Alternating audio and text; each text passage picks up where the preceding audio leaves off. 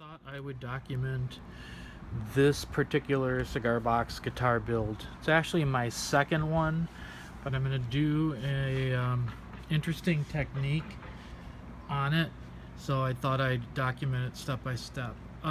This guitar is kind of interesting because it sort of has a story to tell, a narrative, which I guess I'll share during the video. I've never made a video like this before, so I'm going to shoot it in sections and then hopefully edit it together. So a little bit about this box is a jewelry box that I bought at a junk shop for like $1, and it was intriguing because of this this neat etching groove on it. It was a dark solid brown, and what I'm going to do is I'm going to kind of weather this and use paint and give it sort of like a barnwood aged beat up look about it. So I already started by sanding back some of the stain, as you can see. It also had flock on the bottom, so I'm just sort of giving it a rough sanding. I didn't take it all off because I kind of think some of it should come through as wood. It had a little decorative filigree piece in it, which I removed. And so I've already cut the notch because it's not going to go all the way through. The neck is going to go in, end here, and I'm going to have a hinge here for the strings. So this is my poplar guitar neck. I did my very first scarf joint on it.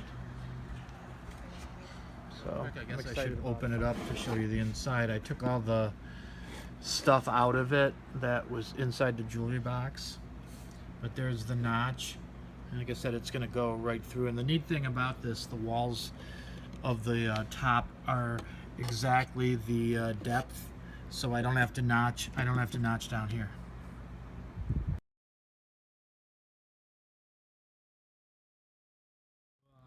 Do a sound hole design, and I'm not sure what it's going to look like. I put some painter's tape on it, and with a compass I drew a circle. I'm actually thinking about overlaying a piece of tracing paper and doing it, and then sketching out something. And what I'm going to do is I'm going to do it in a way where I can, using Forstner bit or something, actually drill whatever out and then take a coping saw or jeweler's saw and kind of finish it. I don't want to get too fancy. I'm kind of torn.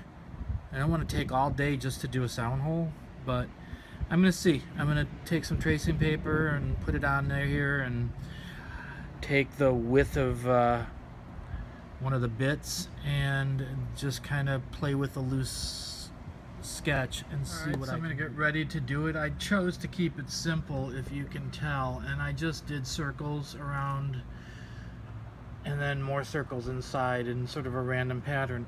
But what I actually did, if you notice, is I used a larger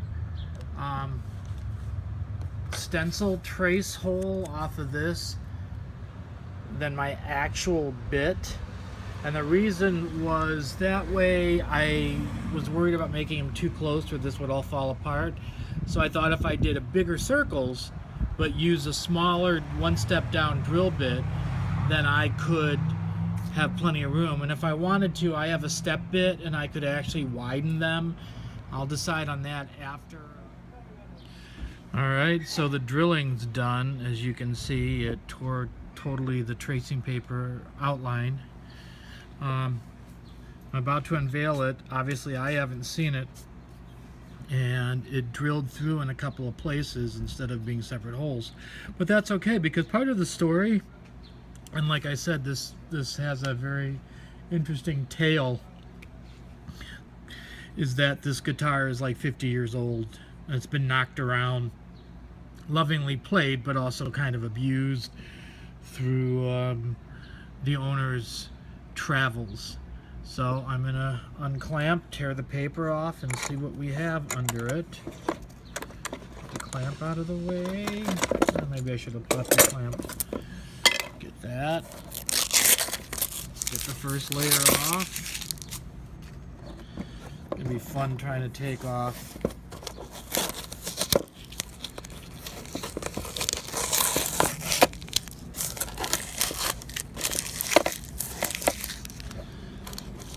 So yeah, it's crude and it's broken in places, but again, that's okay because the whole thing is going to be distressed and worn out anyway.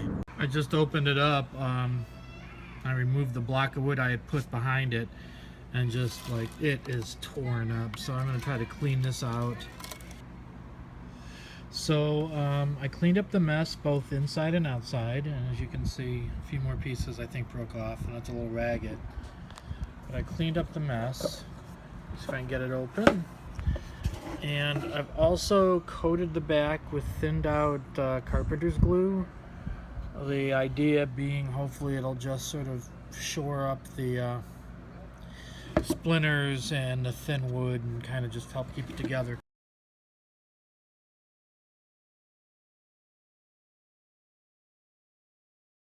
Step now, and I've gone ahead and carved my neck, but I am about to ruin it, at least temporarily. It's only one step in the process. I am proud of it. For my second guitar, I really did a great job, I think, with the rasp. I've got it pretty smooth, but like I said, I'm about to destroy it. So it's clamped on here. Now the tools I'm going to use right now are primarily this drill with a steel wire bristle brush on it, a screwdriver, another wire brush, probably the concrete, the brick edge of my house, whatever, because I am about right now to ding it up.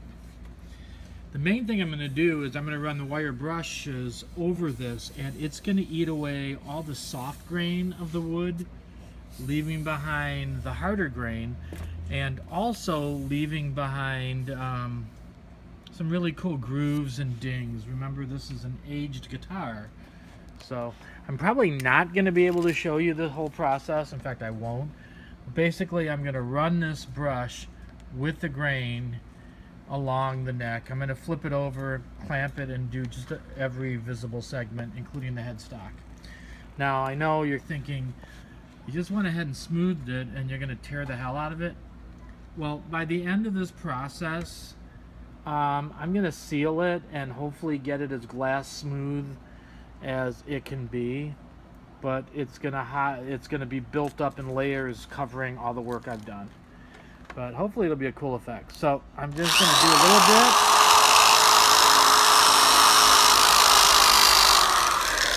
So as you can see, there's some really cool texture now, and it's the hard grain is left and the really soft grain is gone.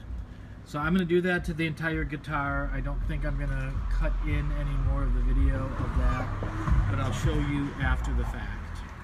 So here's the back of the neck, and I have to admit I did whimper a little bit while doing it because it did kind of hurt.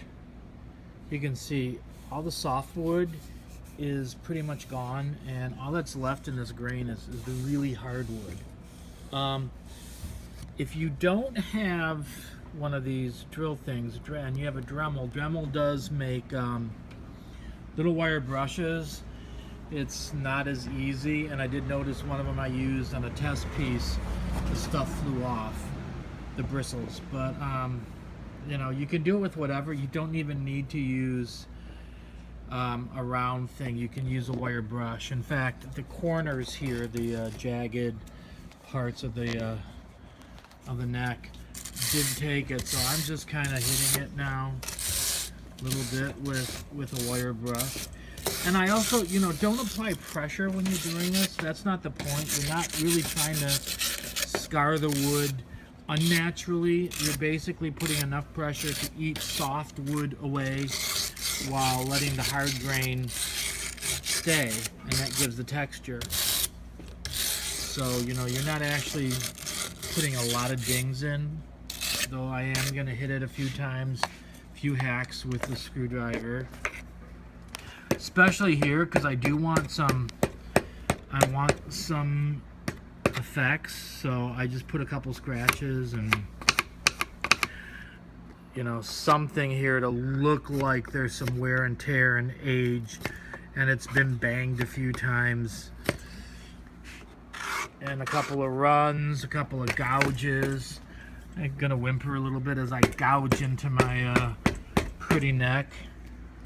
It's been hit a few times, you know, it's been dropped. The whole story, which I'll tell probably at the end of the video, is that this guitar, you know, it was made out of necessity, sort of, with found material, and it's traveled the world for close to 100 years, and it's banged up in ships, it's banged up in the back of pickups. So I flipped it over to do some work on this side. One of the things I will admit I'm not happy about the process is that this was my very first scarf joint, and it wasn't perfect, and I did a really decent job of wood puttying this crack where the joint was. Fortunately, grinding the heck out of this ate away at it. But again, as part of the narrative of this guitar, this was crudely done by somebody, and so of course his scarf joint 100 years ago might not be perfect, and it probably will be kind of neat. The effect itself will probably be neat when I start to treat it, but I wanted to show that so you can see. And it is hard to like swallow because I had a beautifully smooth neck, but now you see this is nothing but hardwood grain. All the soft wood's kind of vanished. Over, and I'm about to do the fretboard, and they're starting up again, the fretboard and this side of the guitar. So I thought I'd show you a little bit. It's kind of hard, obviously, to do this camera left-handed, whatever, but I'll shoot a bit and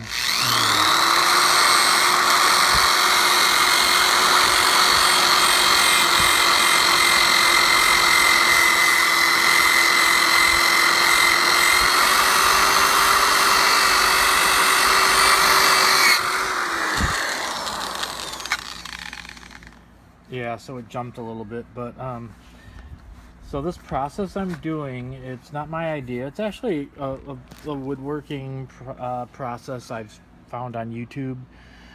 I'll put links to the guy who did this on, I want to say it's like My DIY Guy, but don't quote me. It's a multi-process technique, and the interesting thing is I've never done it before. So I could be shooting a video of a major cluster project. And a lot of the next steps of the process are totally random, just like this. All these marks and divots are based only on the amount of hardwood versus softwood in the grain, and the other parts of the process, which I'll illustrate in the next couple more segments, it's going to end up being totally random as well. It's actually using a couple of chemical reactions to stain the wood, but not stain it like traditional stains where, you know, stains and paints are kind of basically the same, where they just sort of, they take over the wood and do it. Well, this is gonna be sort of the wood and the chemicals in the wood, especially tannins, and the chemicals that I'm going to apply, which are natural chemicals, and I'll explain that later, all kitchen chemicals, are going to react with each other. I mean, there's a little tip of it right there, which was just a drop from my test piece getting on it. And then the final processes later will cover over it. So, all right, I'm gonna hack the heck out of this.